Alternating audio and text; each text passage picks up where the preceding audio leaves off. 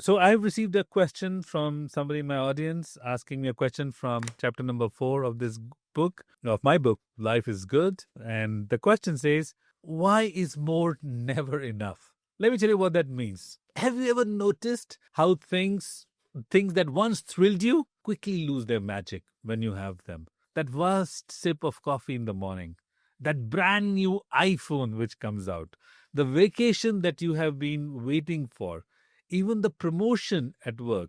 At first, they light us up. We feel alive, we feel excited, maybe even euphoric, depending on how much they mean to us. But very soon, this feeling fades.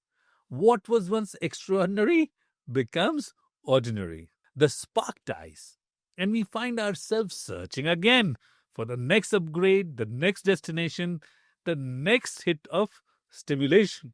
This is not a personal feeling. It's a pattern that's almost hardwired into us. It is cycle so common that psychologists have given it a name. So in the book I talk about it, it's called the hedonic treadmill of life.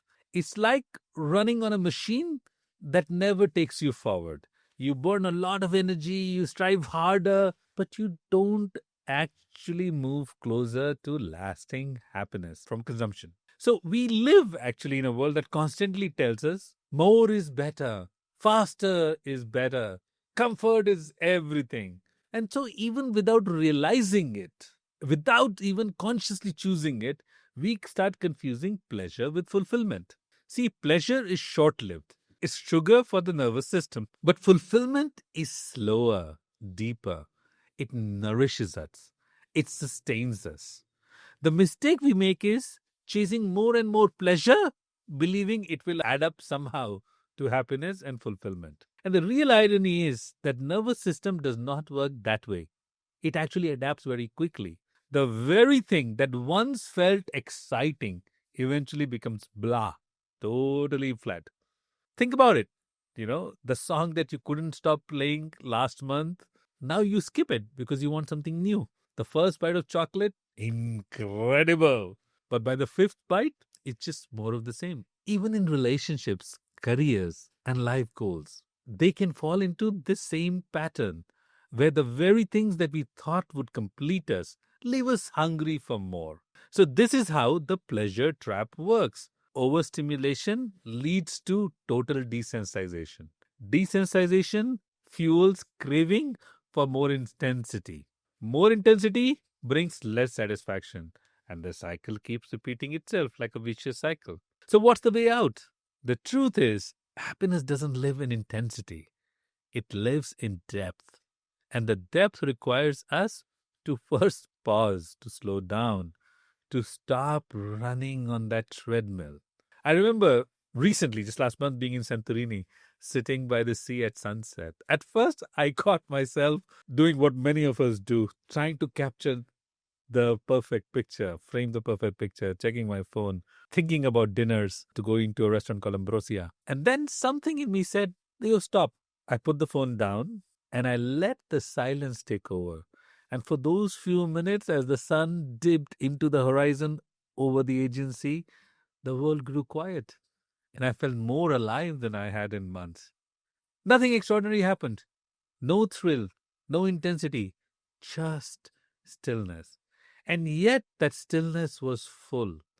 It was joy, total joy, bliss uncovered. That's the secret. When we turn down the noise, when we stop rushing towards the next high, joy becomes available in the simplest of places, in silence, in presence, in the taste of food as it melts on our palate.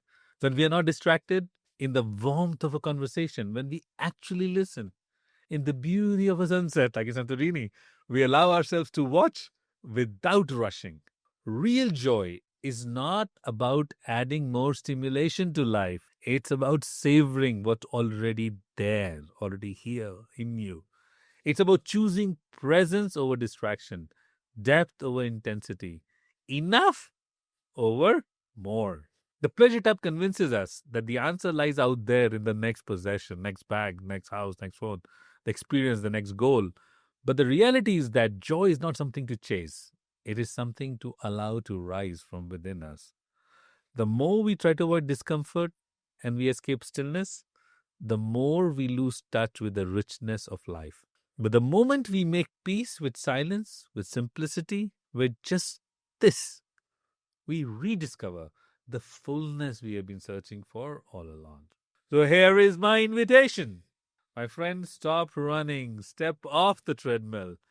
Life will be enough right this moment, right now. Because the joy you have been seeking is already here within you in this breath, in this moment. All you have to do is to pause, check in, be present, and allow it to arise.